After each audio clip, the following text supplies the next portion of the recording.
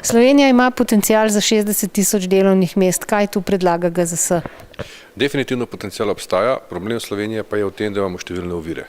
Če te številnih ovir ne bomo hitro reševali, od umeščanja v prostor, prek tudi stroškov nekaterih previsokih, pred tega, da nimamo virov, nimamo akcijskega programa recimo za tuje investicije in tako naprej, za tuje vire. Če tega ne bomo hitro reševali, potem bomo ta potencial izgubili. Zato bo Gospodarska zbornica Slovenije poskušala narediti program, ki bo obsegal pravzaprav zelo pragmatičen pristop k temu. To pomeni, kje so potenciali, kje so ovire in kje so prioritete. In na podlagi tega bomo pristopili tako k socialnim partnerjem kot vladi, zato da se čim prej začnemo s tem ukvarjati in sistematsko odpirati na pragmatičen način vse ovire in jih odstranjevati.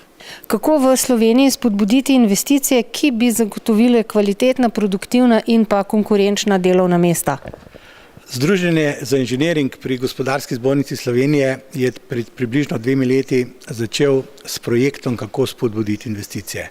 Namreč brez novih investicij ni gospodarskega razvoja, ni novih delovnih mest in seveda tudi ni družbene klime, optimistične klime, ki jo nujno potrebujemo.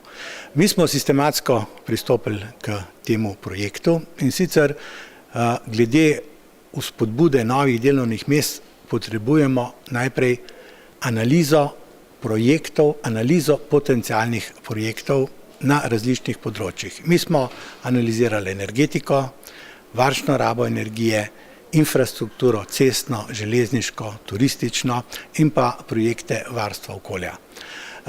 Tu imamo številne potencialne investicije, ki so seveda že pripravljene.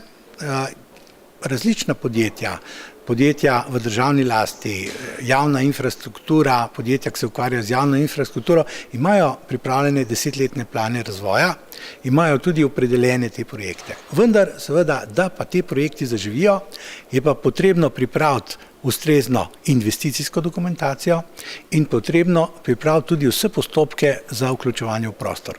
Tu pa nastopi prva ovira, to so dolgotrajni postopki vključevanja v prostor in pridobivanje dovoljenj. To je prvi velik problem. Drugi velik problem, in to moramo rešiti, in to Gospodarska zbornica je pripravila predloge, kako te bariere odpraviti. Drugi problem je seveda financiranje projektov.